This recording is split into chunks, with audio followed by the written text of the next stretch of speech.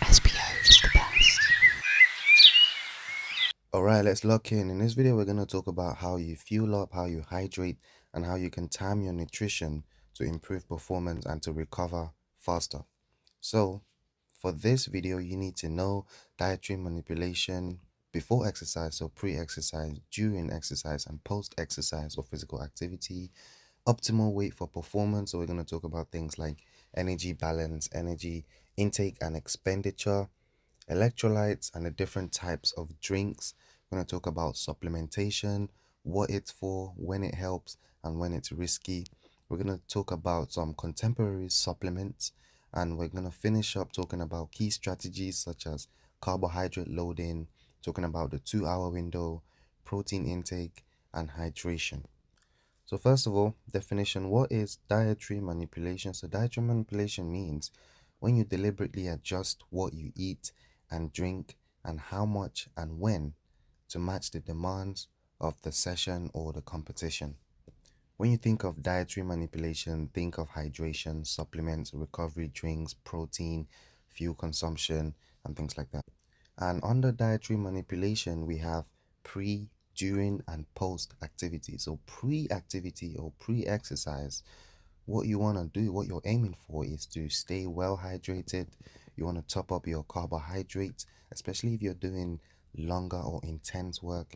You want to avoid stomach issues, so you want to eat familiar foods. You want to time it properly. So, for example, you don't want to eat too close to a competition. And lastly, you want to stabilize your blood glucose so that you don't feel flat early. Two main aspects of dietary manipulation pre-exercise is consuming enough carbohydrates to give you energy for exercise and staying hydrated by consuming electrolytes to be able to get to a normal level of electrolytes in the body. But when you're consuming electrolytes, you want to consume just enough fluid that you still have time to pee out the excess before you actually get involved in physical activity. Okay, now on to dietary manipulation during exercise. So during exercise, there are two different considerations you have to take into account.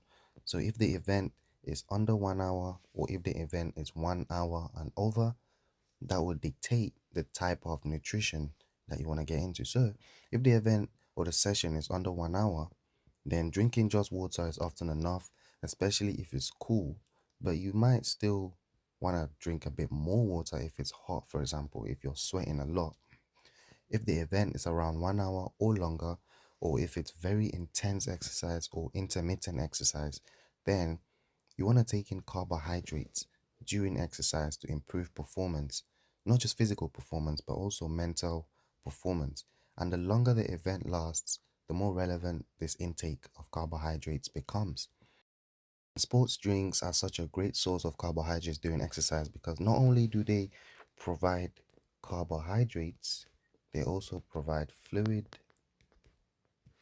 plus electrolytes all in one go.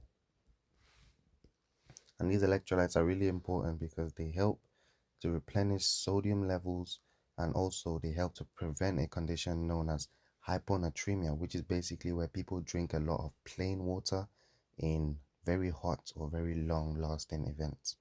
All right, now let's look at post exercise nutrition. So, after exercise, after the competition, after the physical activity, the goal is to recover and to adapt. So, you're trying to replenish your fluid and electrolytes levels. You're trying to replenish glycogen, especially if you're going to train again relatively soon. And you also want to support muscle repair and adaptation, which is where you're going to have to consume protein for that. Protein. And for this, you obviously have to consume carbs. And we're going to talk more about this later on in this video where we explore the 2 hour window. But now let's move on to a concept known as optimal weight. So, what is optimal weight? Optimal weight is the weight or the mass of the body and the body composition that best supports speed, strength, power, endurance, injury resilience, and skill execution. And when we talk about the concept of energy balance, we refer to the interplay of the intake and the expenditure of energy. So the intake is the energy you get from food and from drinks, and this is measured in calories, kilocalories or kilojoules. And expenditure is the energy that your body actually uses through your basal metabolism, daily activity, and training. So why is that important? Because if your energy intake is greater than your energy expenditure, over time you tend to gain mass or gain weight. But if your energy intake is less than your expenditure, then over time you tend to lose mass. So here's the equation: intake greater than expenditure, gain mass; intake less than expenditure, lose mass. And this is important because in sports, especially in endurance sports, carrying unnecessary mass can reduce the efficiency. Also, in strength and power sports, more lean mass can actually improve force production. And in contact sports, mass can actually be an advantage for collisions. But obviously, too much mass can reduce your speed and your efficiency. So, for example, think of in rugby, if you have more mass, then if you get tackled, if you get bumped into, you're less likely to just, fold like a pancake. But if you have too much mass, then you don't have enough agility, you don't have enough speed that is required to actually perform in rugby. Okay, let's talk a bit more about electrolytes. So what are electrolytes? Electrolytes are simply minerals in the body that carry an electrical charge, and they can help with things like fluid balance through a process known as osmosis. They can help with nerve impulses, help with muscle contraction. Remember, in one of our previous videos, we spoke about muscle contraction and the different charged particles that are involved in that. So they can help with muscle contraction. They can also help with maintaining blood volume and blood pressure. So examples of electrolytes are things like sodium, potassium, and chloride.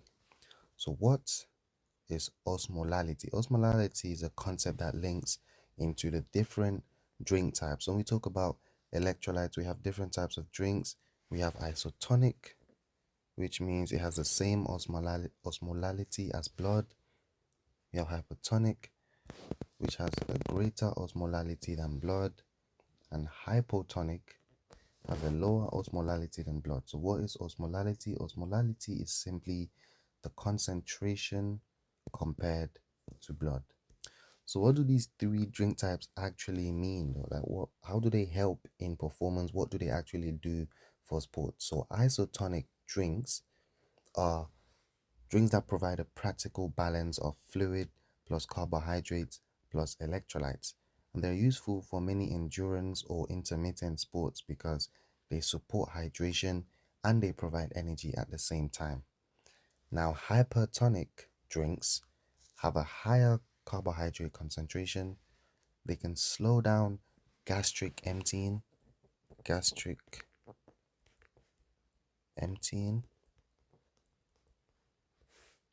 which is the process of food moving from the stomach into the small intestine. So they can slow down gastric emptying if they are consumed during performance, and this can cause a bunch of issues, like bloating and all of that.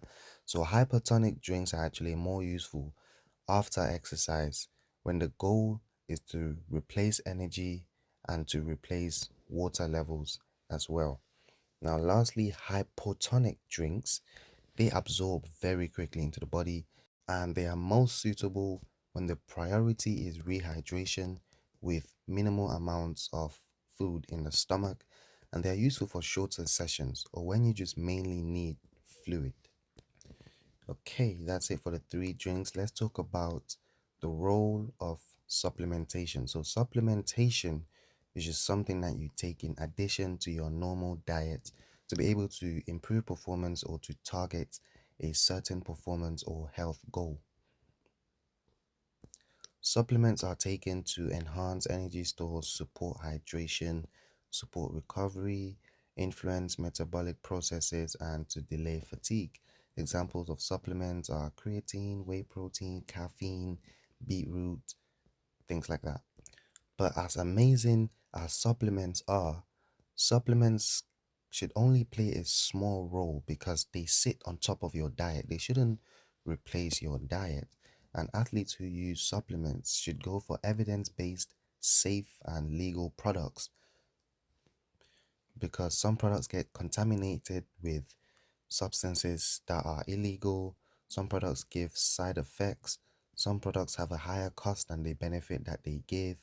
And sometimes the supplement isn't even needed if you're already getting the benefits from your diet. So maybe I don't need whey protein if I'm already getting enough whey protein from the food I eat every day. Okay, lastly, let's look at some nutritional strategies. We're going to look at carbohydrate loading. We're going to explore the 2 hour window of opportunity, protein intake, and hydration. So, what is carbohydrate loading?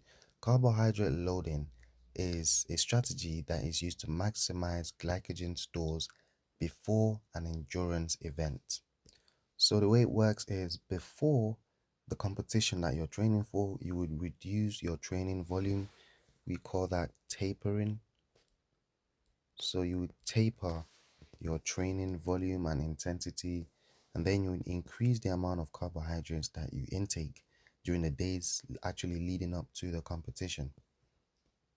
And this is beneficial for endurance events like we spoke about. So sports like long distance cycling, marathon running, long distance rowing, matches, tournaments, and so on and so forth. So it would be less useful for a short explosive event like a 100-meter sprint or a shot put. Okay, the 2 hour window of opportunity is an idea that just after exercise, you want to recover as effectively and as quickly as possible. So that 2 hour window just after exercise is a very valuable time to actually kickstart the recovery process, and it's a very important time to start refueling and rehydrating, especially if you have another session coming up soon. So, a lot of the sports nutrition literature emphasizes that getting carbohydrate and fluids in soon as possible just after exercise accelerates the recovery processes, especially when you need to go out and perform again relatively soon.